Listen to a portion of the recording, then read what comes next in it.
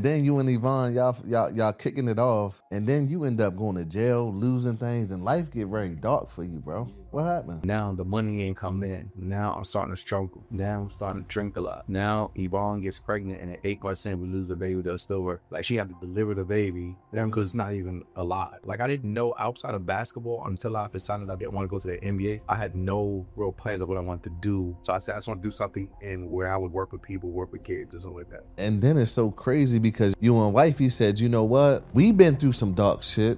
We was on the verge of breaking up and damn near on the verge of homeless. We turned this shit around with Airbnb. And then y'all doing the greatest thing that a human could ever do is serve our people. You say, listen, I'm gonna go back and serve my community. I'm gonna teach y'all this shit. Felt like it's really possible for me to go out there and win. I can really do this shit, and it's legal, and it makes sense, and it's fun, and it's easy, bro. When I saw that first 24 hours, and I said, this is it. This is the thing right here.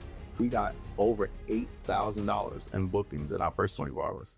Y'all, family, what is happening? Listen, today, special. I got my brother in here, and I'm telling you, blood couldn't make us any closer. The Living Proof Podcast, I tell y'all, where testimonial meets transformation. And today I got somebody special to me, dear to me, and I'm sure he gonna help a lot of y'all out, man. So listen, I just wanted y'all to welcome y'all back to the show. Today I got my brother, JD. What's up, baby? How we feeling? Like I never left. But how you feeling? I hear you clanging over there. I'm feeling good, feeling great. That's what's up, man. 1 through 10, bro. How you feeling, man? At this stage of your life, man. Oh man, I'm like 11, bro. 11? 11, man. Okay, 10 plus 1. God is incredible. What got you over the hump, bro?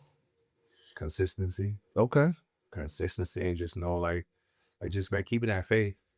You know, somebody, it's crazy. I was doing a meet one day, and a girl gets on and she's like, "You don't know this, but I used to ride the train with you to work every day." This is when I used to work in ACS in New York. And she said, "I see you go from there to do a network marketing. I see that kind of go and kind of stop. And I see you doing, party promoting. And I see you start the Airbnb thing." And she said, at this point, I said, I just had to show up. She said, because I've seen you be so consistent over the years. And that's what it is, man. Just having a strong faith and just being consistent enough for long enough. That's what I'm talking about. And I seen the journey, man. And before we get into it, I just want to let you know I'm super proud of you, bro. I know as many nights you could have gave up. I know as many days when you like, hey, baby, this ain't gonna work. I gotta pivot. But you stuck with it, man, and I'm loving to see you shining and growing. But we want to take it back to New York, bro. Do it. But the Bronx, man. I'm gonna let you know Baltimore got better ball players, bro, than New York. I'm gonna keep it a stat. Before we get into it, I'm gonna keep it 100 with you. You go down, you don't even believe that. You had to come down here to play, so we gonna get it all of it, bro. That's the college. You already know the street boys in New York is insane. Yeah, they got some ballers, bro. You gotta actually come with me. Damon always say he'll come too, but when I go to the Dyke, man, we got to take a day or two and just go to the game. I feel like y'all got the cameras and the videos, bro, but the real ballers, they from the 410, bro. They had like 2. How you say 2? Yeah, they got like 2. Oh, check this out. I know you've been watching this episode, and listen, I know it's been going crazy, right? But I had to stop the episode real quick because I'm here to tell you, like, I don't know if you see me in a different space, but I don't know if you really know that I'm the #1 person in America that's teaching people how to take their vehicle and go make money. Like, the first thing I do is I teach you how to get on delivery apps. That way you have money on your phone. The second thing I do is I teach you how to get local delivery contracts right in your city, right in your county, right in your state. And then the third thing I teach you how to do is go ahead and subcontract. So now you can go ahead and get national contracts, sub them out, not physically doing the work. So I'm telling you right now, I got a link below. I'm having a class this week. It will be 100% free because you are watching this. I need you to go check it out. It is right below www.careermasterclass.com. Listen, I need you to go ahead and register because I'm telling you right now, my classes always fill up and I got a free spot just for you. So go ahead to www.careermasterclass.com. I see you in class. Let's get it. I hear that, bro. So growing up in the Bronx, man, how was that, bro? Rough, bro. Rough. I started off in a 1-bedroom apartment in the Soundview section of the Bronx.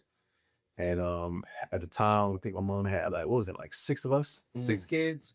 one-bedroom apartment. We had 6 of y'all in that one bedroom. This starting to sound familiar already. you know, my mom and dad, they had the room, and then we had these at one point we had cots just laid across the living room and one bunk bed. And that's how I started. That's how I started my life up. And I remember at the age of 11, we moved over to the projects over on Washington Avenue. And I remember walking into that apartment the first time and looking at the window, felt like we made it because it was 4 bedrooms. But that was just the start. I had no idea what the projects was like. You grew up in those projects. Those projects are rough. So I don't know if anybody listening never heard of Washington and West Avenue. It's literally divided by a train track and it got beat. Oh yeah. Yeah, one set I know got beat for 169. This side got beat for that side. It's tough. It's real tough. Real rough neighborhood. That's wild. So mom and dad was together growing up. Yeah. They was together all the way up until I went to college.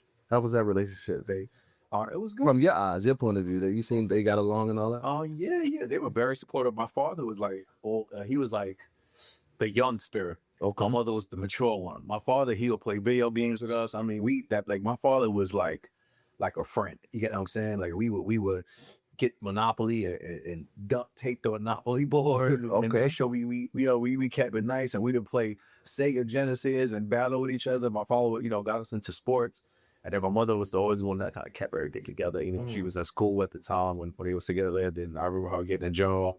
And it was good, man. A nice little power couple. I was actually shocked when I found they split up. I didn't know because I was like I said, this is like me heading off to college. Or after college they broke up, but I had no idea, to be able to. Right. I just kind of found out or heard my mom screaming on the phone. So you used to play ball all your life, or you kind of figured it out later? I know you went to college for basketball. Yeah, so I started playing football, actually. Okay. I started playing football. What position do you play, bro? I played tight end. I know you lying. Bro, you played the left tackle. It's always the tackle that's trying to say I played tight end. I played tight end, and they created all the punter. I was a punter. And I did that. I played for the Boys and Girls Club, Kids Day Boys and Girls Club. And one day, after football practice, we swung to the basketball court outside, me and my big brother. I was just, dribbling. This ain't, we know street ball. It's New York, you don't want mixtape era. And I'm over there dribbling, and the coach walked out because they was heading to a game. He's like, "You play basketball?" What age is this? This is 11. 11 years old. This is when I started playing so if I played street, played in the streets. Okay. And I've grown up, we playing old crates and stuff, but I never played any organized ball. Okay. This time when he's looking at me, I'm 11 years old. I remember that because we had just moved over to the projects, and I was in the court and I was just playing with him. He's like, "You want to play?" And I was like, "Yes," So he, I asked my mom, and then literally a week later, I'm playing in my first game at the age of 11. I have no idea. He's like, "Go to the elbow." I didn't know the elbow, but I didn't know nothing. I just know playing the hood. That's it. So I really started playing organized ball. I started the concept at 11 years old, and then I didn't take it serious. Right. I didn't take it serious. I even went to college. I went to my first year in high school. I played there. I was a shooter, so I would play at the end of the games, whatever. Then my sophomore year, I did a little better. Then at the end of my sophomore year, I started to take it seriously, and then I ended up getting a Division I scholarship. D1. Yeah. How was that for you, bro? I know you're coming from the ghetto. I don't know how people look at this. I don't know where you're from, but when you get a scholarship and your parents ain't got to pay from the ghetto, Yeah. You hit the lottery. Mama listen, my baby out of here. No, it was a big lottery. It was scary, bro. It was real scary because, everything happened. This would be God's alignment. So I, my junior year, I murdered, bro. I was killing. I was going crazy. So then I got invited to the preseason. I forgot it was all state games or all city games, whatever it was. On my senior year, and I got started in a lot of, schools looking at me, a lot of offers on the table, and then about 8 or 9 games in, I ended up breaking my arm. Right, so football player, we played. He's on the basketball team, but he jumped my arm snap, so I had to get metal screws in place on both sides. And I went from having all these D1 calls. I actually had a visit coming up with a Division I school that next week, and literally all calls stopped. And that's when I started to realize that Dang, they did you like that? yeah, every call stopped. So at this point, all the D2s started hitting me up crazy, like really going after me. D3s, started trying to get me to go to their schools. And I get a call one day from, in class, and they like come down to the office, and then there's a coach there. He's like, hey, you ever heard of UMBC? I'm like, no. He's like, your guy Pete Mulligan, which is crazy because he called it 2 days ago. He said, your guy Pete Mulligan. Pete Mulligan went to one of the best schools in New York, Catholic schools, St. Raymond's. They were like killing with the basketball at the time. He was like Mr. Basketball in New York City. And when he said that, he was over there, I was like, oh, okay. So I ended up taking a visit to that school. But the only reason that coach, the coach from UMBC, even knew of me is because not my coach. It was a coach down the street at another school that they was like, man, there's a really good shooter down. He just was injured for the year. And he told him about me. And off the strength of that, he came to Oakland, he had scholarship. Wow. So like, I almost had and then like a week later, some of the schools started calling me back. It was there and I signed. That's wild, bro. I feel like, and that's crazy because you grew up in an era where your coach had to push you. Yep. Like these kids don't realize like them highlight tapes, mixtapes on social media, Twitter, that wasn't out. Your coach had to know somebody. Hey, listen, my player, I got one. I got to. We used to steal our letters. Yo, it's just crazy. It's like to even look back at it, it's so horrible, bro. We would like go down to the gym when our coach was there. We would go. He was having this box with all of our letters. He wouldn't even give us our letters. We would have to steal our letters. So a lot of schools, I found out it was recruiting me like because I was just going to take the letters. I even found out schools were recruiting me after I went to my school. I used to work out here in New York. And I came back. I wasn't working out with my boy that I went to high school with. I was working out St. Francis, right? The Division I school in the Northeast Conference. And then my boy was like, hey, this is Jerrell Dinkins. And he's like, oh, Jerrell, y'all know him. He said, yeah, we tried to get you to come here. I said, you said, yeah, your coach said you didn't want to stay home, but you want to go away. So to stop. Your coach never had a conversation with you, nothing. Never knew. I had no idea they was recruiting me. And at the time, everybody went to go to St. Francis for one reason, because it was Division I school, but because they didn't have official campus, they was giving everybody $1,200 a month stipends. Like, so you could stay. It was like a high school. It's weird to explain, but you could stay there, but you would get like $1,200 a month. So a lot of kids in the city like, oh, if I had no idea, it was cool. And then I found out a few other schools that recruited me. Dang, bro. What was the dream school? Crazy or not, so I wanted to go to Pitt when they first had sent me a letter.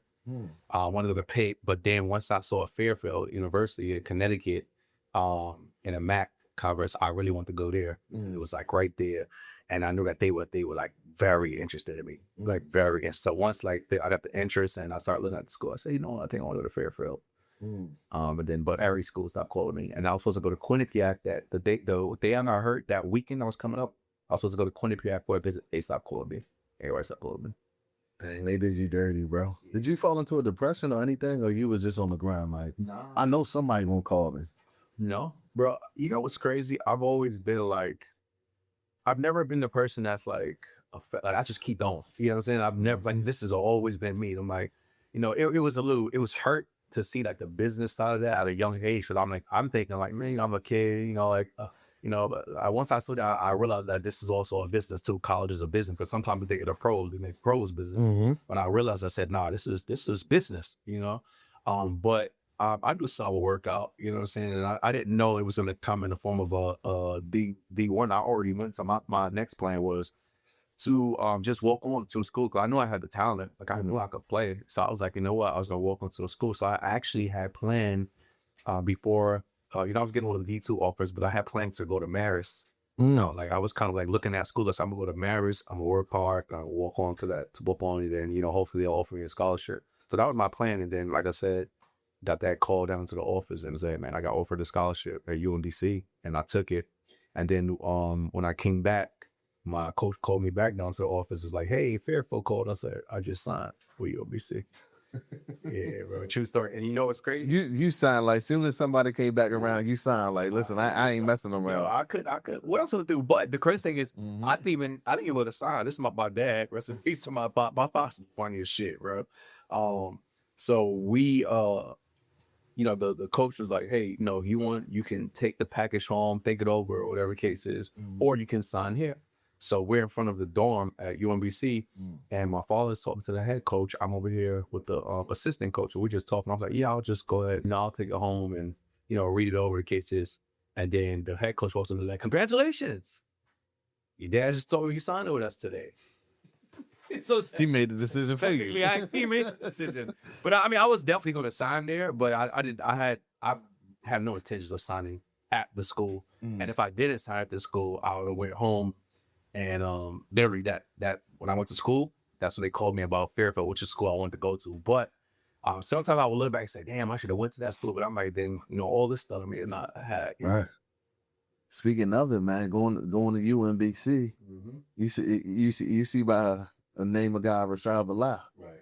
playing alongside you. What position you played and what position did he play? We played the same position. Oh, for real? So y'all was battling for a spot. So when he came in, I was having a lot of problems with the coaches. Rashad was a bull. Like, he was a pit bull. Like, people don't know that he played ball. Off for real. Okay. So he came in, he got a starting spot right at the gate over me. I was on the bench. I was going to the bench. And Rashad was going crazy that first year. And Rashad was assigned to me. That's how we got real close. So I actually told Rashad about setting goals, which is crazy. Yeah, I teach them about setting goal setting and all that stuff. So that we were roommates. So you taught him how to earn your leisure, huh? I just said he shot it. Sharp. Well, he's always got sharp, but he was always ahead of his time. Like, he was the one that we over there trying to play video games. He's sitting there with his chancletas and no socks, reading the newspaper. Oh, from where? He always is like that. He always like that. But wow, yeah, shout out to Shotty, man. We got a lot of funny ass stories in them too. We had a good time. What's one, bro? What's one funny ass story, bro? Man, so I'll give you two because it was the same time. So we was playing in Cali, and Shaw he's always been like a rebel. So like when you playing ball, you gotta stay in. You got curfew. You got to stay in the hotel. Rashad took the upon himself. He said, "We in Cali. I'm going to the zoo," and he left the hotel. And when my coach found out about that, bro, we got in so much trouble. But like at the time, you don't leave. Like, you're a basketball player, bro. You don't leave and just go somewhere by yourself. Right.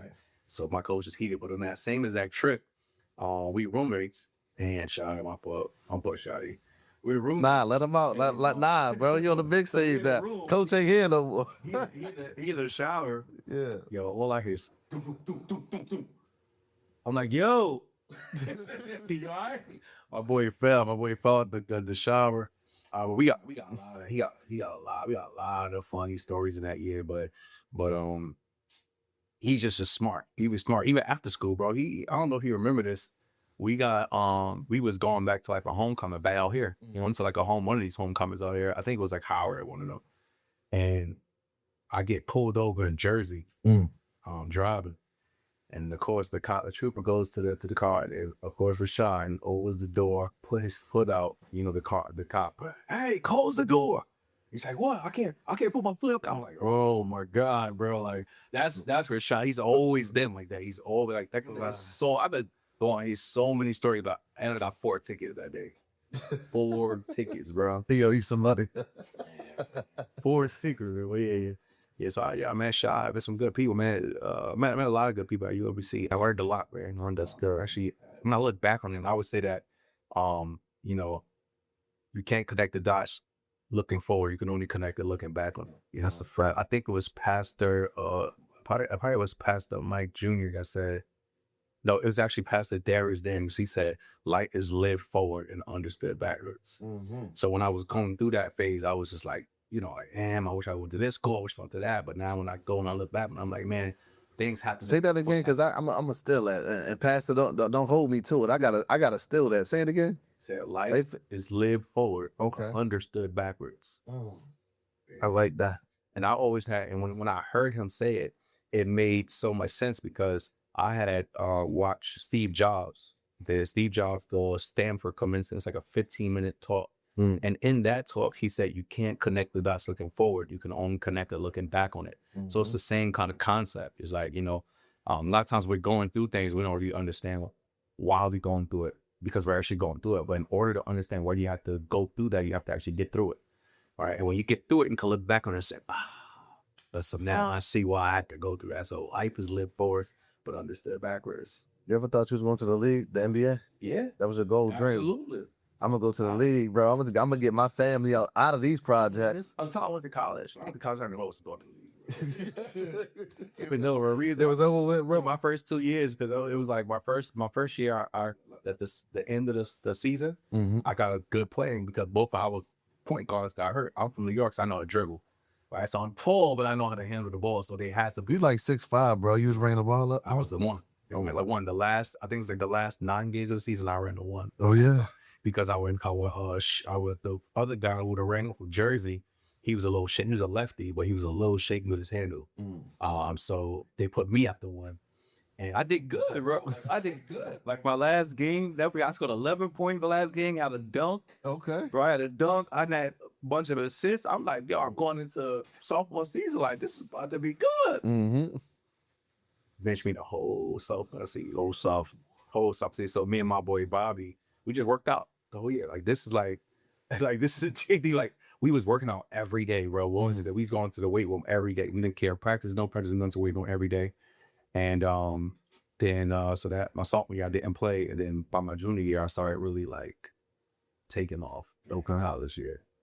Start taking off, and then senior year, you was like, "Listen, I ain't going to the league." It started to shift. What did you? Because my senior year, I played every game, the entire game.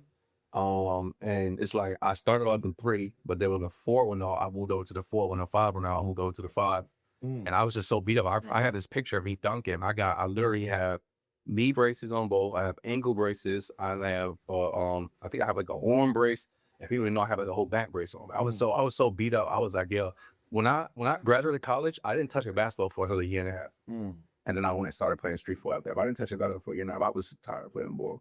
Got you. So then when the shift, like, what are you thinking about at this point? Because it was like, yo, I got this dream, and now this dream don't seem so dreamy. Right.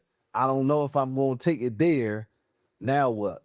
What do we do now? I didn't know. I just knew I love people. Okay. I like people, so I just wanted to do something to work with people. I actually thought I would be like a guidance counselor or something. Okay. So when I knew I was going to go play ball, I started doing interviews at like different schools out here in Maryland, Catonsville. Okay.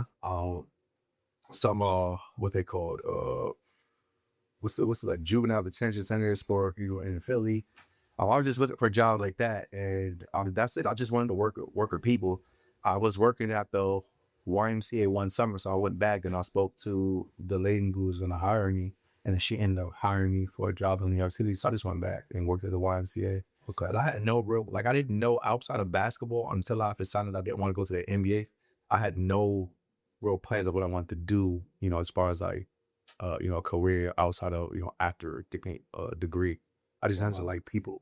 So I said, I just want to do something where I would work with people, work with kids, or something like that. So you was just in limbo, like, I'm trying to figure it out, grinding, probably hanging out with the wrong crew. Yep. Back with the wrong crew again. As soon as I went back. As soon as you went back. Because growing up, I was the kid that didn't do nothing, bro. I didn't go to no parties. I didn't even want to go to prom. Like, it was only basketball. Right. Like when I started playing, like from 11 till the time of college, no parties, none of that. All the kid parties, house, but I never did any of that, bro. I just played ball. Right. So I feel like when I graduated college, I'm like, you go outside. I came home. Yeah, I was outside. Bro. I was, I started getting. At the time, there was teams in New York. It was teams that were real big in New York City. So everybody had their crew that they ran with, right? So it was like this team and that team. So I had my crew. We was like the fly dudes. We was going out there, messing around with all the girls, going, hang around the girl groups, throwing cookouts on the block. We was a popping group, you know what I'm saying? So we was partying. That's what I was doing. That's when I started like really partying, drinking a lot, and that shit spiraled. Like drinking, partying, bro, just stupid. Honestly, it's stupidity. Like with a college degree out here, like acting like a teenager, to be honest. Oh yeah? Dang, bro. So it was just all working out, and then you realize, like, bro, I'm in this thing where I'm hanging out with my boys, partying and drinking, messing with these women. Yeah. And just a lot. And then what happened, bro? I mean, you ended up having a child. Yeah, well, that was a little bit further down. Oh, that was a little bit further. Got hang up though. Oh, you had that. You was getting a couple Plan Bs first, huh? You was running the CVS, spending that 60. I was about protection, but that's not. I always had I always had chains and all stuff, and I remember starting to go to these cookouts, and we would get out in neighborhoods, and they would have people be chasing us. we would get into brawls. Wondering one time getting a shotgun pointed to my head, trying to get this up to somebody trying to rob me. So many times, yeah. We had a big old brawl, you know, after a cookout, and one of my guys got killed. Another 2 of them got shot. You know, it was just like that over and over again. Like it was happening. And at one point I just got like, yo, bro, what the hell am I doing, bro? Like this is not even me. I've never been that type of person. I just was like, those are my guys, you know what I'm saying? But I've never been no gangster. Let me go kill somebody, you know. Like I've always been a dude. When I would come home from college, or when I first came from college, I could go in any neighborhood, bro. Chains on, like, yo, what up? They just call me Believer. What up, Believer? That was my basketball name. Okay. So I had never had problems at all. So I started having these problems. I'm like, yeah, bro, this ain't, I don't know what I'm doing, bro. So, you know what I'm saying? They not chained or my friend. Like, we're still friends to these days, all the guys. You know But you keep them at a distance, don't you? Yeah, I had to. Yeah, I've been there before, right? It's not even like, it don't even be about them. It just be like when people, like, you know, like when people are not designed to go where you don't, you gotta realize that something that's hard for people. You think, oh no, that's my boy, that's my man. Yeah, just because y'all got a good relationship don't mean that person ain't distracting you, or that those people ain't distracting you. And I started to realize like I was being distracted from my ultimate goal. And at that point, I said I got to figure something out. Saying I didn't know what it was. I'm gonna figure something out. And it's crazy that when I started like professionally, I wanted something new. Now I never really shared this, bro. I called one of my friends. I ain't gonna say his name, but I called one of my friends because at this point I'm working at ACS. I work with abuse and neglect children. I'm working at the YMCA. I'm not making enough money, bro. I'm broke. And I called my friend and we met up in Washington Heights. And I'm like, yo, how does drug shit work, bro? Like, what am I put in? What I get back? I'm like, I need to figure it out. I got to figure something out. You know what I'm saying? I'm like, nah, I'll put my money up. Like, I just need to know like what I'm gonna get back. I don't understand it, but I just needed something. You need to flip something, bro. Okay. And it's crazy that not even a week later, one of my other guys called me and they invited him to a meeting. And that's not learning about network marketing. I feel like that was like intervention from God. Like, you can't, because literally it was less than not even a week after I had the meeting with my God, because I said I got to figure something out. But this working job shit, I'm not making enough money. I'm struggling. I'm like, I got a degree. I'm working 2 jobs. I'm struggling. I'm like, this ain't making sense. I got to start figuring something out. And then that's when, you know, say my guy invited me to a network marketing presentation. I didn't know what it was at the time. And then I also started doing party promoting too at the same time. Party promote. Dang. So network marketing. So now you're learning the skill of selling. Yeah. Okay. Network marketing was a different beast, but that was the first time like people look bad on that, look down and say things like it's a pyramid scheme, it's this or that. But for me, it was great, bro. What were you selling? What were you in? Because I was Travel Club, World Ventures stuff. You should be here. I remember y'all. Yeah, I remember those commercials, bro. Yeah, we used to take the drain. They used to stretch out the whole thing. Yeah. We used to take we used to have that sign crazy when I'm in front of the project. I'm like, you should be here. Why? Well, should you be the project, bro? But yeah, bro, that it was actually a really, really good company, and it was traveling, so it was a sexy product, you know, like Cloud Network Marketing. That saw everything, coffee, all kind of stuff, but travel was always sexy, right? And so. We had a lot of fun. We created a good culture around it. We was all getting silver BMWs. And this is when I started getting introduced to like personal development. You know, I never read books before that. Right. And now I'm starting to read books. Now I'm starting to learn about you know, audios. And I'm going to trainings and I'm learning about mentorship and having mentors and I'm getting around wealthy people. And I'm like, wow, oh shoot. That was the first time that I saw that you could really have a good life without having to work a job. Like that's not exposed to that. And I was like, okay, there's something that you can do outside of basketball, outside of being in the streets, outside of being an artist. Oh, there's something else. I went all in. That's the thing about me. Anybody will know anything I've ever done, I've always been all in. All in. I was all in on network marketing. Because you was exposed to it. You seen somebody driving what you wanted to drive. You seen somebody probably living where you wanted to live. Oh yeah. And it's crazy because I look back and I'm hearing your story. A lot of people miss that mark, right? You were about to start flipping, start getting into an environment, selling drugs where you had no idea about. You get the call, God, like, let me redirect him because I done let him suffer for so long that now he ready to make a move. And God probably had to bring you through that. all right, cool, he's comfortable, but I had to make you suffer for so long that it's like if I bring something in front of your face, you ready to make a move now. You ready to go now. So now you in the network marketing thing, making money, but then you're saying you promoting at night. Yeah, don't party for one night. So at this So you doing the presentations with the flag hung over. Cause you ain't just promoting, you in the party drinking too. bro, I'm the one who started in New York. We used to do these. So they used to do something called travel party. So it used to be like a living room, and you invite all your friends to your living room. Okay. And because I was throwing party, I'm like, hey, like I got these lounges that I throw parties in. How about we have the beer? We do it. We do there that y'all can stay over. So I'm in my head, I'm double dipping. I'm like, we gonna introduce people to network marketing, and I'm gonna let them stay. Now my party is jumping. Right. It's perfect. Yeah. I started doing all of these events and started these lounges and started doing up.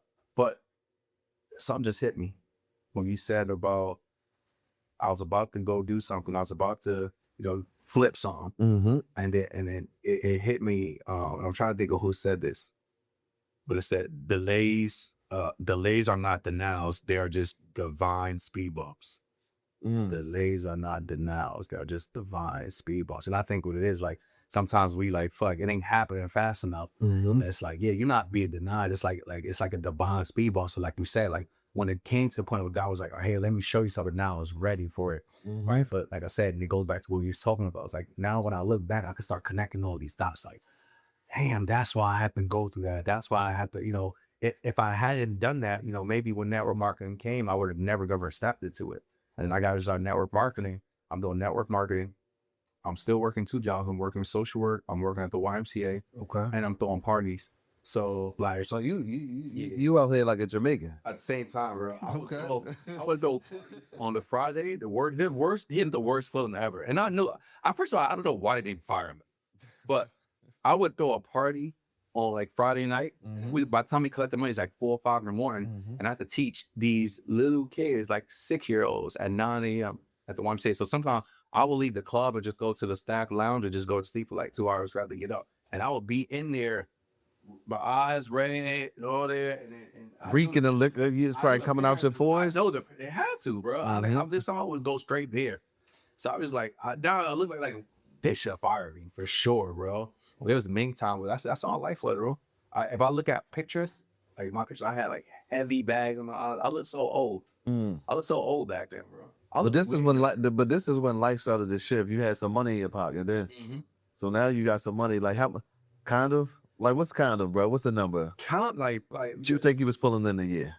So I know in network marketing. So like after I did network marketing for about 3 years, I started pulling like close to like 90,000 a year. Okay. So at that time, that's big because like I was one of the jobs that if I get a job to pay me $100,000, now I'm making $90,000 a year without working any jobs. Mm-hmm. And then that's when after I left my job, so just having that kind of money. But at the time when I was still working, I was bringing in like $60,000 from my job. Okay. I was bringing in $50,000 from network marketing, and then I was bringing in the extra, a few $100 a week with party promoting. Like party promoting, it was like it looked a lot better than it was. You know what I'm saying? Because by the time you split the money and then you take it, now you go in there every night and then you gotta buy a new shirt and probably with zinc jeans. Right. Now I get new shirts. You know what I'm saying? So I'm buying new shirts every day. And then you get there now, you get your free comp bottle, but now you gotta get another bottle. So now you're like, all right, let's just get one more. Dang, bro, you spending the goddamn profit. Yeah, for sure. Every night. Enjoying yourself. Yeah, looking good, right? He's trying to bring them to your section. I got them. Come in. I got. Bro, and then messing your money up. It's the worst, bro. The worst thing ever. That's why I was like, I could never do shit like that again. Never do something like that, bro. Like I said, we would throw parties, we would get some money, and then we would just spend it back. Wow. And we would be partying for like 5 days a week. Dang, this is how you had your daughter. Or this is still after the fact. Yeah, I had my daughter like doing like one of that, like because I was like in that team, like lit. We going to these cookouts. We mess with the girls and the teens. Okay. Their teams, you know what I'm saying? So that I was in a relationship with somebody, the mother of my daughter. And oh, yeah, I was in a relationship. Yeah, so it wasn't no wham bam, thank you, man. No. Okay. We got together. But that happened as we broke up. She got pregnant. Allegedly. All right, so I know what that was. I see what that was. That was that makeup sex. That was that argument when y'all had and you was like, yeah, I'm gonna tear her ass like, up. I think, no. She's like, How you have a baby when y'all on the way of breaking up, bro? It don't even sound right. nah, she thought that was gonna keep us together. And it did for a while. So what she do? What was different this time? No. You sprayed. She's sprayed. That's it. You know what she was doing, bro. No, I didn't. I was arguing and you was like, listen, you keep playing with me. I'm telling you, bro. That's no. But I tell you, no intention. No, like I'm not even being funny. Bro. No intentions. Like I thought she was lying. So now she just pop up like we on the verge of breaking up. We broke up, and she's saying, "JD, I got something to tell you." She stopped taking the birth control. But she thought it was a way that we would stay together. But like I said, we ended up getting back together for a while. So when she announced it, y'all end up getting back together. Not immediately. Okay. It took a little while, which is crazy. Before the baby came, or yeah, like before our baby came, I was like, I don't know, and then as it get closer, we started to feel like, yeah, I'm very about to have a daughter. You know what? I want my daughter to be, great like this. So it's crazy. Like we had got back together for a little bit, but it wasn't. I was so far on, and that's when actually I met my wife too. Like during that time I met her, but we never like I met her at the club, and we never linked up. And then we linked up. They was like, oh, let's, make sure we see each other. I didn't see her again until like 6 months later, to where me and the Mona shall actually work up. Gotcha. Yeah. Make sure we see each other. So that seed was planted, and then 6 months later. Yeah. How does happen? Who you are? Yeah, how does happen? 6 months later. Club. You met at the club. I'm at the club. Exchanged numbers. Kind of. JD talked to She me. sought after me, bro. She sought after you. And now she ain't heard to back herself up, so I'm telling her. So talk your shit, my nigga. Bro, let me tell you something. First of all, she not here. I need to hear. yeah, we went to the club. It's the true story. So she tried to make it sound like it ain't what it was. I know it was. So I'm in the club, and I'm sitting on the couch and my back, and then she come in. She sitting like we sitting literally back to back. Like she behind me. I'm on this section. She in this section with all the boys. And DJ Salt was DJing. He used to have this thing where he used to have people call stage and dance or whatever. And I made like a little comment. She laughed, and I looked over and we started talking. Oh man, she pretty. So we started talking with her cases, and we talking down like constant point like, all right, yo, let me get your Instagram.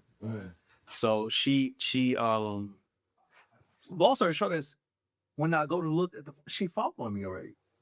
I looked and I said, oh, you already knew who I was. She was like, oh no, I didn't. So her story is that she was trying to go. I was going to Venice, I was partying one. I was going to a bus ride to Donny Park. She said that her friend told her. That's how she ended up following. I said, nah, you came here. We already following. You sat right behind me because you knew what you wanted. But I mean, y'all could figure out y'all stuff. But long story short is, after that day, right? We started after that day. We we were just flirting on Instagram. At this point, like I'm Heart with heart emoji, JD hug. Yeah, heart emoji. You know what I'm saying? Every emoji you could think of. Every constellation, eggplant, everything. Freaky boy JD. Freaky boy JD. Eggplant with the water. You know what that means. Yeah, so okay. Whatever. Long story short is, we like 6 months later, we ended up going on a date. Okay. I took on a little real cheap date. Cheap. Yeah, super cheap. $3 margaritas. Okay. Yeah, she was rocking with it though. Called Mother Burger. I took a $3 margaritas, and that was the first time we met. And then as we leave her, and she going to the train, I'm going to my train, right? She looked back, she's like, don't let it be another 6 months. And then it was a whole nother 6 months. Why you do that, bro? You did that. It was that because I was like in and out with. Oh, he was in and out, but surely, yeah. Yeah, with my baby moms. I was having so that's kind of weird, It's like you meet somebody, like I'm having a daughter. So after I had my daughter, and and then we like officially broke up. Then like, a few months later, Yvonne's birthday was coming, and then still I didn't really have no intention. I'm like, I'm fresh out in my head. I'm like, I'm about to start dating or something. So she invited me to a birthday party, and I went to a birthday party, and then after that, like, then once we hung out, one more time was over. She never was locked down. Yeah, locked in. I ain't trying to be locked down. I wasn't at the time, but she did a lot. she made sure her presence was on. That's what's up. Sure, yeah. So you were still making about $100,000 a year when you met her. Yeah, like 90,000. That's About at 90. that point when I met her, I had stopped doing party rolling. Like I stopped doing parties. Okay. I was not working a job anymore. I was just doing solely network marketing. Like I was fully committed to network marketing.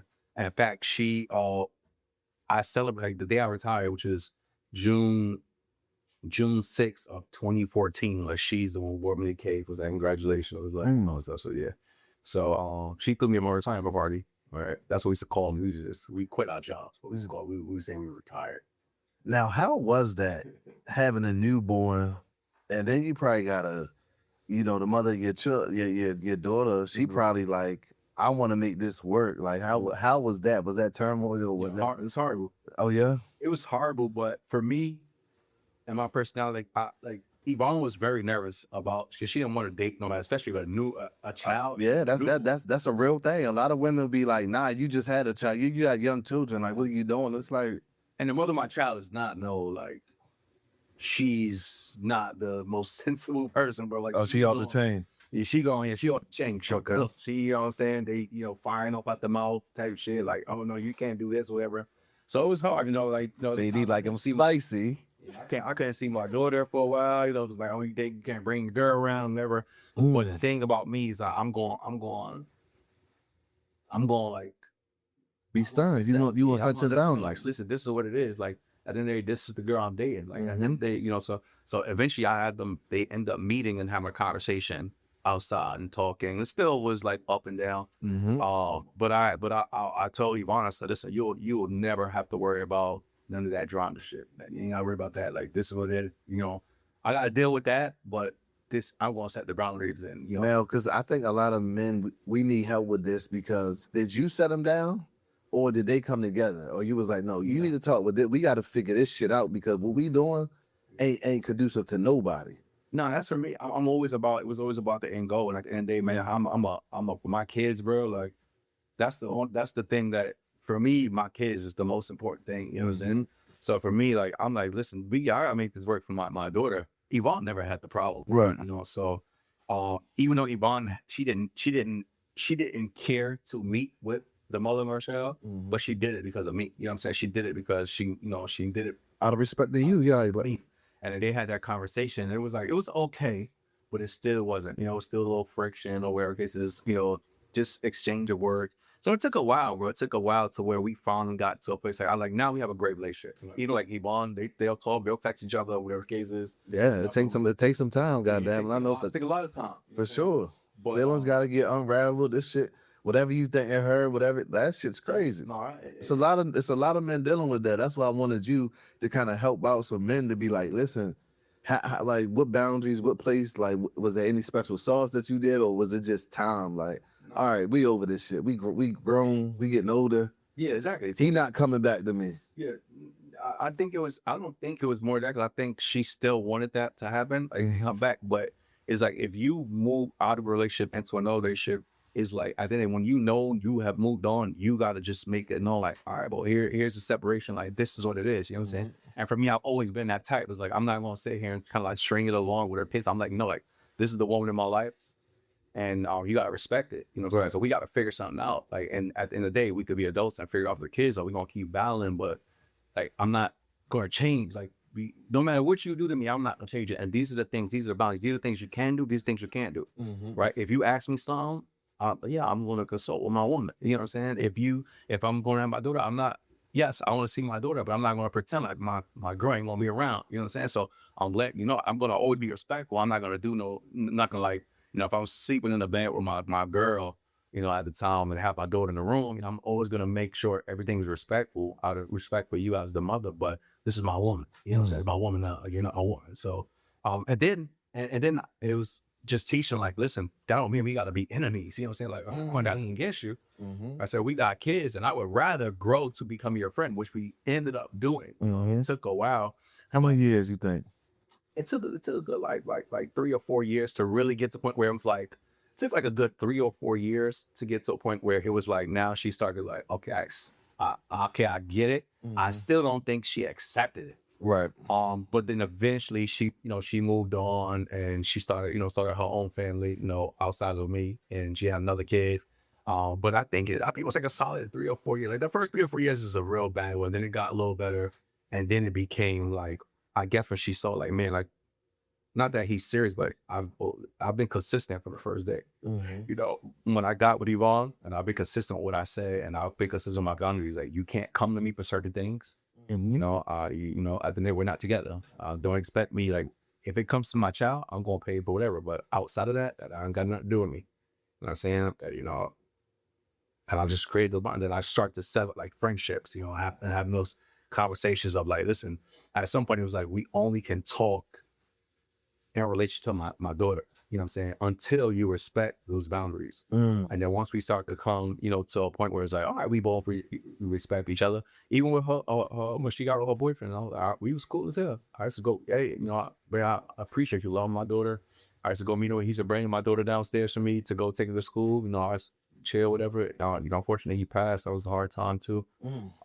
And then she eventually moved on and got a fiance. So we clear too. But that's just adults. You know what I'm saying? But I know women or men are different. But at the end of the day, you gotta move forward. You know what I'm saying? Like, no, do not about like her. We're gonna think that. Like, you was in the room, man. You helping out a lot of people with that, bro. Because people don't understand that, man. And the biggest thing I be saying is when men be going back and creeping, bro.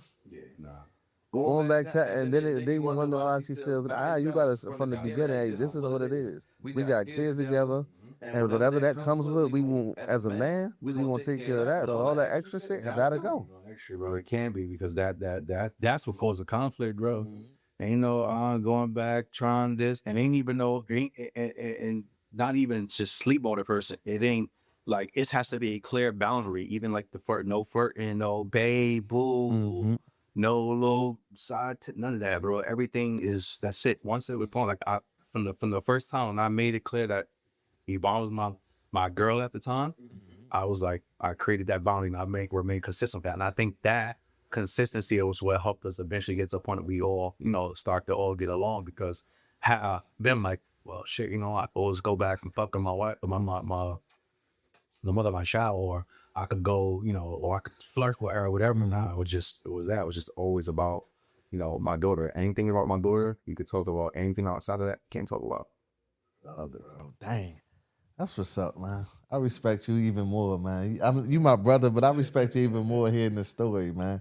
And then you and Yvonne, y'all kicking it off, and then you end up going to jail, losing things, and life get very dark for you, bro. What happened? Man, so building that remarkable was tough, bro. It was, building business, and the thing that them tell you, it sounds good when you celebrating, like, oh, now I'm quitting my job or retiring. It sounds good. Everybody's celebrating post you, but you don't realize I just lost the whole income, and I'm not, and then everything is great. But what happens when it starts slowing down? So in 2017, the company faced some financial troubles, and now the money ain't coming in. Now I'm starting to struggle. Now I'm starting to drink a lot.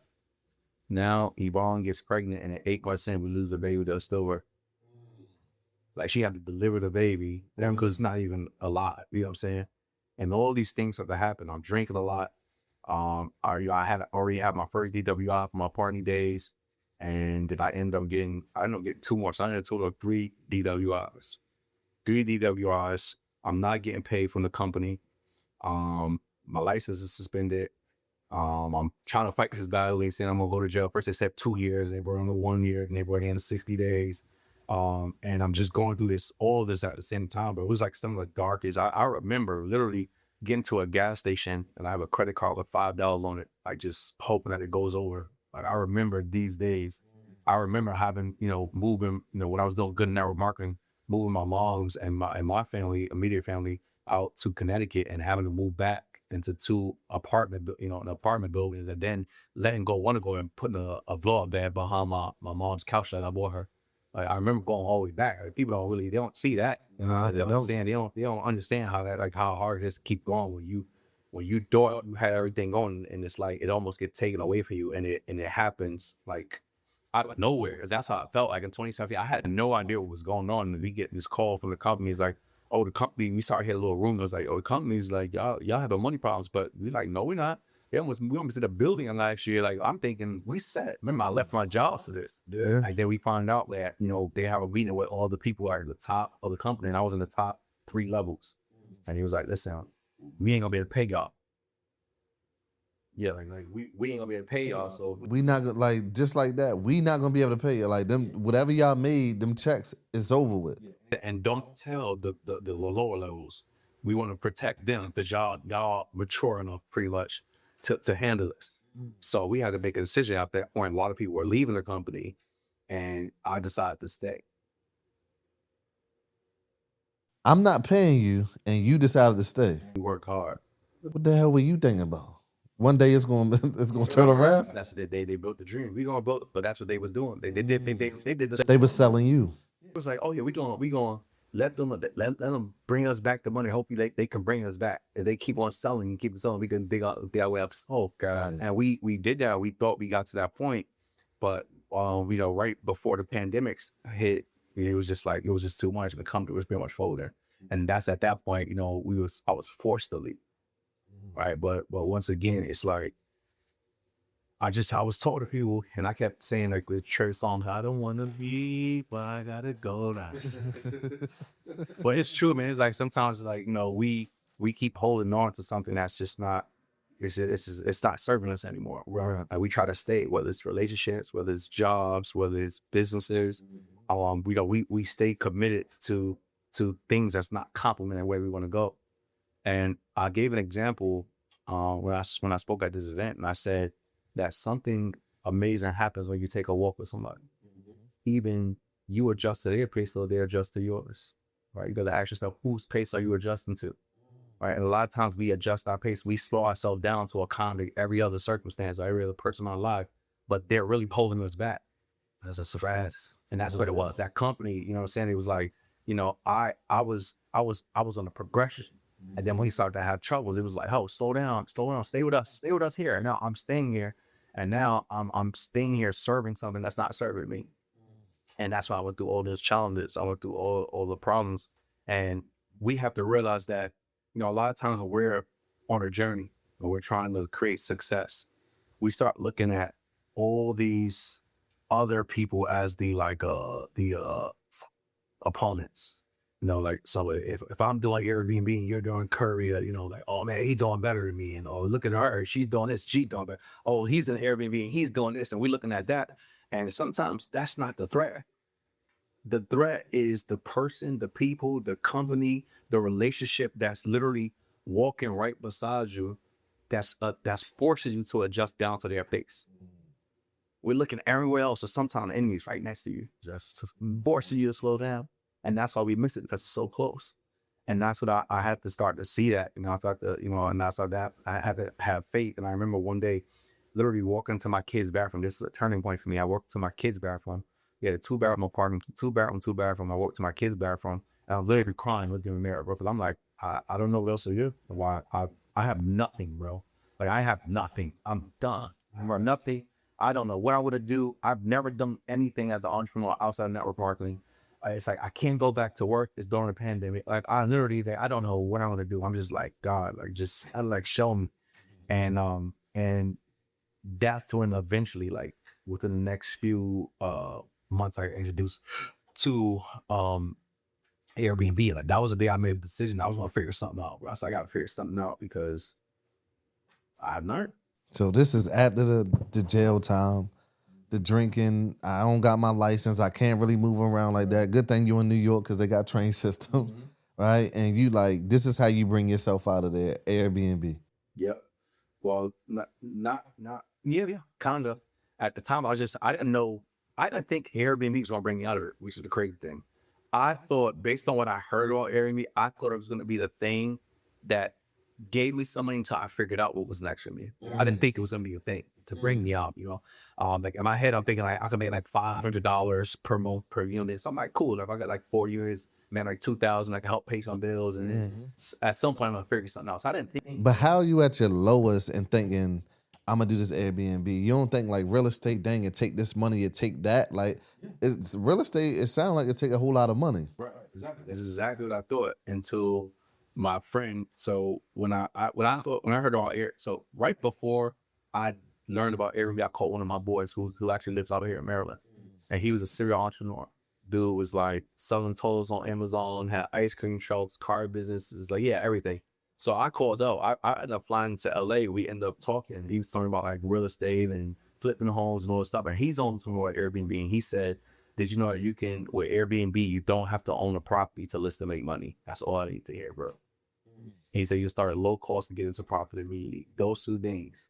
Because before then, I'm thinking real estate. How you gonna start at low cost? Yeah, so it don't cost a lot of money. Like he basically saying like my first Airbnb, we spent just under $5,500 to get like the furniture, first smart ramp, everything get up right. So imagine we fully. So how you get $5,500, bro? The pandemic, what was it, like the PPP loans and all that stuff? I had a loan, so I had $16,000. 16. I had $16,000, bro. And then you got some free room with that. Yeah, so I had $16,000. I was spending some of the money like an idiot, of course. And then I found out about Airbnb, and then we figured out about how much it was going to cost, whatever. And then I told my wife, like, yo, we just about to spend everything.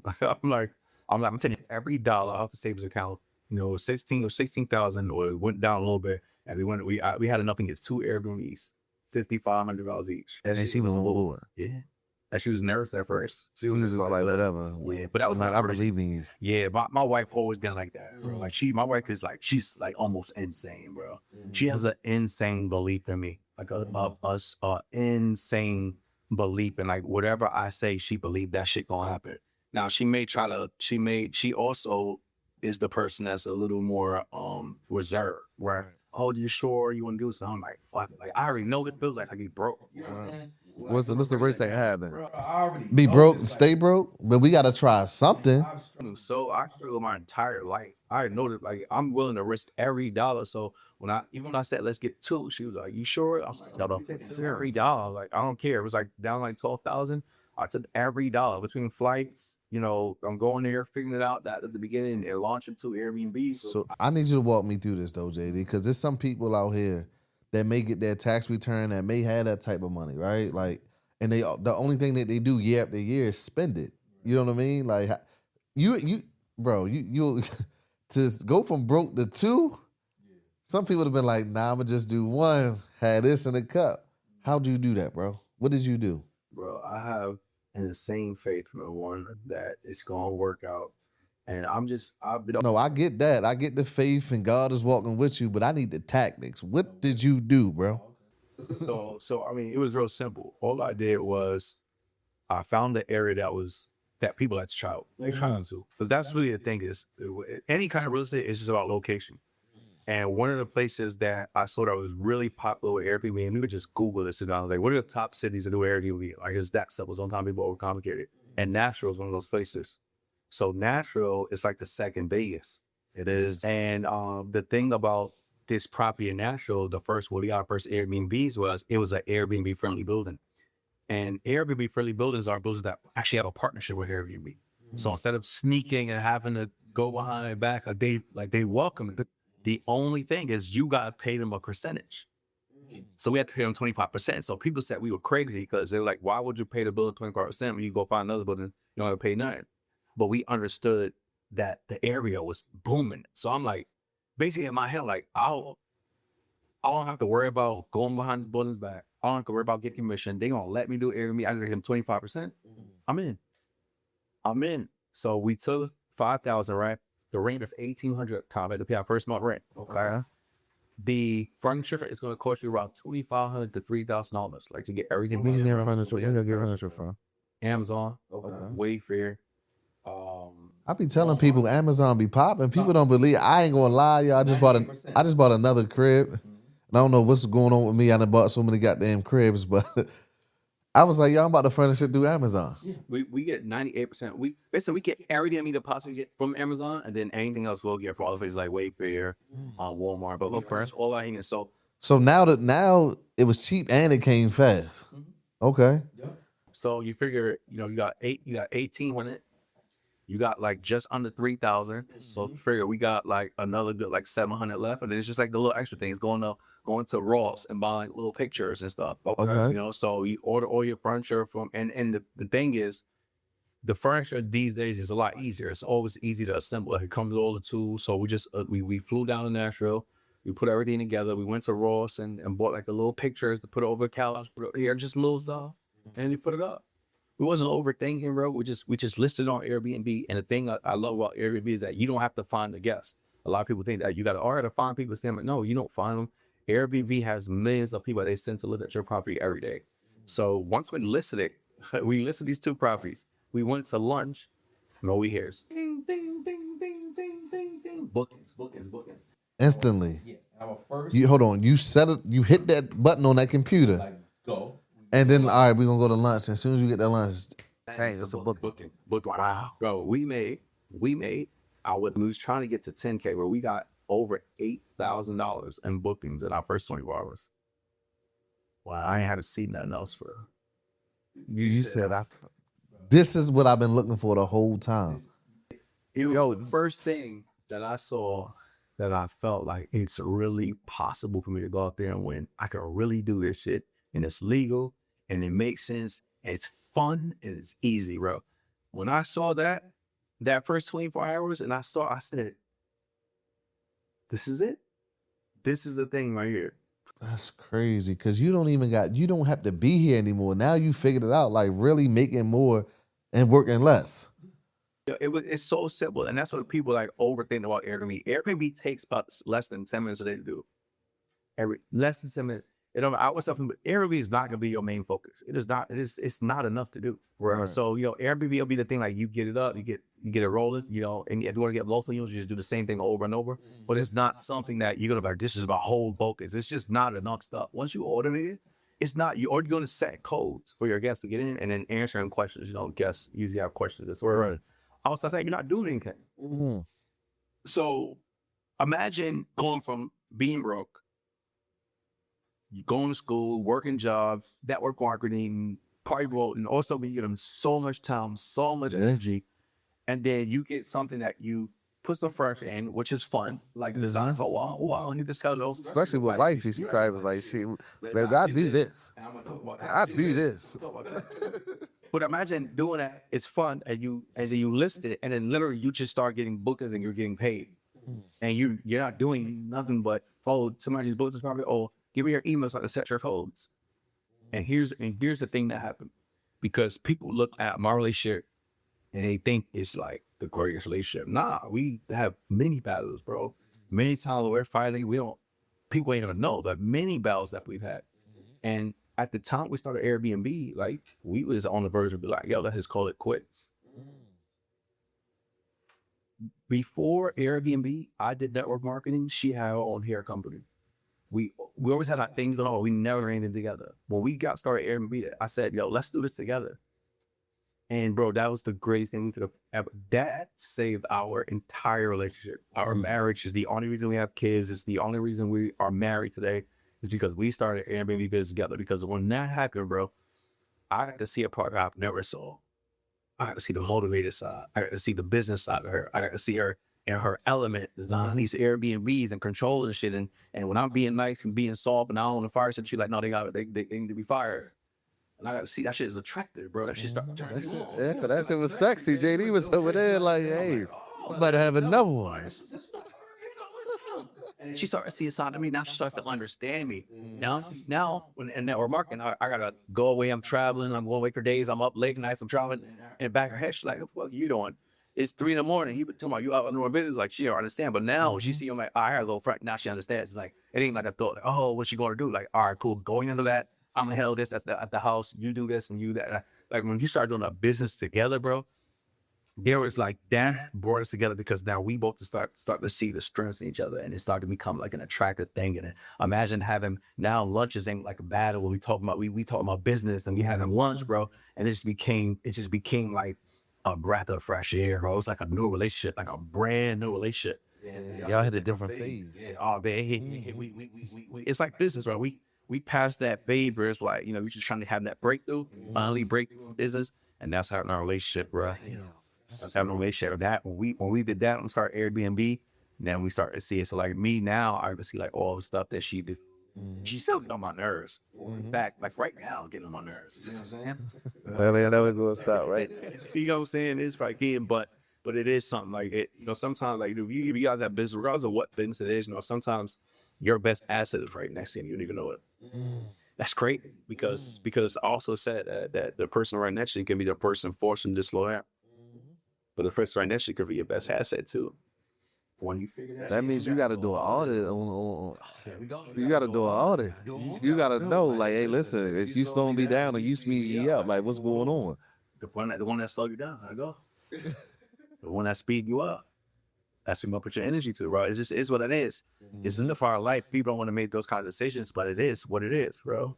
And then I made those decisions, but that's when my life started to really like explore. You know, I started getting better at that.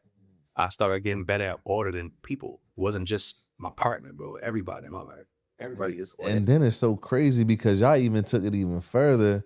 You and wifey said, you know what? We been through some dark shit. We's on the verge of breaking up and damn near on the verge of homeless. My husband been in there crying, can't provide for his family. We turned this shit around with Airbnb. And then y'all doing the greatest thing that a human could ever do is serve our people. You said, listen, I'm gonna go back and serve my community. I'm gonna teach y'all this shit. And you know what's crazy? I didn't want to. When I started making money with Airbnb, I loved it because I did network marketing for 7 years prior to that. Now, I don't know if you know about network marketing, but every day I'm going meetings. Every day I'm trying to convince somebody that they deserve to have more in life. Like, I believe more in them and they believe in themselves. And it's like so much energy trying to get people to like fight for their dreams. You know what I'm saying? So when I get in Airbnb, I'm like, man, it's cool. I ain't got to convince nobody. I ain't got to motivate nobody. I'm just making money. Right. And I did that for a few months. And I remember one day, I'll never forget, bro. I'm laying in the bed, sport. I'm like this on the phone. Yvonne laying right next to her. She started doing these moves. You know what I'm saying? She was like that corner. Like this. So she found, what you doing? I'm like, I'm starting to make tour shit. It's like 4 a.m, bro. I got up at 9 a.m. I put it on Instagram. I posted, starting an Airbnb mentorship, first 10 people $1,000. I ain't had no videos. I ain't know nothing about no platforms. And within a few hours, I had 10 people paying me $1,000. I put their ass all in a WhatsApp group. Nothing. I said, hey, I'm gonna write y'all a message tomorrow. And I got up there, I wrote a message. I said, hey, y'all, listen, one day we gonna have all these videos and we gonna be taking trips together, not just casting a vision, bro. And for me, here's why I felt like I felt like God was like, man, you done try all these things. I done see you cry. I done work through so much. And you mean tell me I finally delivered to you, you're not gonna share with nobody? Like you just gonna be selfish. Yeah. I just thought that like it was a call on me. I didn't want to do it, bro. I did not want to do it. And I started like it was a calling on me. And then once I created the group and I saw the value that people was getting, bro, there's no better feeling. And I can talk, I always talked about this from my family perspective, but there's no better feeling than you pour into somebody or giving somebody access to something or share something with somebody and they really go out there and they change their situation. Bro, it could change that situation to be I've seen people make $1,100 a month and their life has changed so much because that extra $1,100 a month, bro. I watched a girl, I didn't even know who this girl was. She came to one of my free events that I did at a bowling alley. She had her kids. Everybody let me know like she wear like, why she brought her kids here? Right. Nobody know what the hell she going through. I didn't know what she was going through, but she said I said so. Later on, she gets on the call and she started to give us testimony. She starts to break down crying. I'm thinking, that's the girl crying, like, what's going on? Right. She said, you remember that day that she did the bowling event? She said, I was just so overwhelmed. My boyfriend, he had left me and the kids, and we had a 5-bedroom apartment home that we were renting. I couldn't afford to rent. I was struggling, and I just needed to get out. But the day I saw he was doing this event, and I had no babysitter. I just showed my kids. And you said to me, why don't you just start the Airbnb in your own home that you already have? I didn't even remember that, bro. She said, well, I rented out the other 4 rooms that I had, and I started making money. And then I took me and my kids out of the bedroom and I put us in the living room and I rented out the 5th room. And she started making $4,000 a month. And then going to 2 more properties and doing the same thing, bro. Stories like that, bro. Like when I started, that's when I started like, yo, this is bigger. This is bigger than making a few dollars. And that's why I always say, you know, with my purpose, like they would say, oh, you should charge this, you do that. I'm like, breast. It's not aligned with my purpose and the reason that I did it for. Where I did it for people that was like me. I was just like trying to figure it out, bro. I've always been a good person. I've always been a hard worker. I've always, you know, it was something out there for me. I just didn't know what it was. And when I finally figured out Airbnb, I finally found something that was possible. So when I share with people, I look for those people, like the people that's like, man, I don't got it all, bro. Like, I don't got $12,000 to do this or $13,000, but I could probably save up $6,000. That's why I do it for, bro. Because I'm looking for that person that's like that person, and it's just enough to me. It's just enough to force you to make a sacrifice, right? But it's also enough to where you see it's possible. I love that. I love that right there, because somebody could really start Airbnb with like 5, and you could do it a little cheaper. You know, if you buy stuff on Facebook Marketplace and, you know, get good deals and stuff. But realistically, bro, you can have like $5,000 to $8,000. You know, you could confidently go get new furniture and get into an apartment and be able to afford everything, right? But to me, a person that's like working, they live in check and they're hearing, really with $6,000 I could possibly, all right, so tax time, if I get $4,000, if I save with $500, it's possible, bro. But it's still big enough for them to have to make a decision. And that's that line where I feel like that's where they go out there. They really, you know, like when I see people make that sacrifice and they make that commitment and they know it's possible, I know they going with, bro. I know, because I'm like, listen, you ain't gonna have nobody. I was like, listen, if you show up for you, I'm gonna show up for you bigger. That's a fact. I mean, I see it, bro. I was like, dang, bro, they on yachts. He taking his people around the country, different cities, New York, Vegas, Miami. Y'all having experiences, man, and it's so dope. You know, when I see those testimonials and I see people smiling, bro, because their life has changed, right? Like they went all in. And the biggest thing is you can't really charge cheap because people don't appreciate it. It's like, if I do, damn if I don't. And you that type of person that's like, no, I don't want you to treat it like that. I want you to execute on it. I want you to go ahead and get your property. I want you to go ahead and get your cash flow. I want you to go ahead and get your freedom. This is why I show up for you. You know what I'm saying? This is why I show up. It ain't for nothing else but to change your life. And guess what? You get to do it for the rest of your life. You know what I'm saying? Like the rest of your life, you get to enjoy that, man. So it's just super dope, bro. So dope, man. I got to a point in my life. You said, Jay, 1 to 10, where you are, say 11, because I told my wife this probably been about like 2 months ago, and I don't even know what we was talking about. And I said, I'm at a point where I just don't need anything else.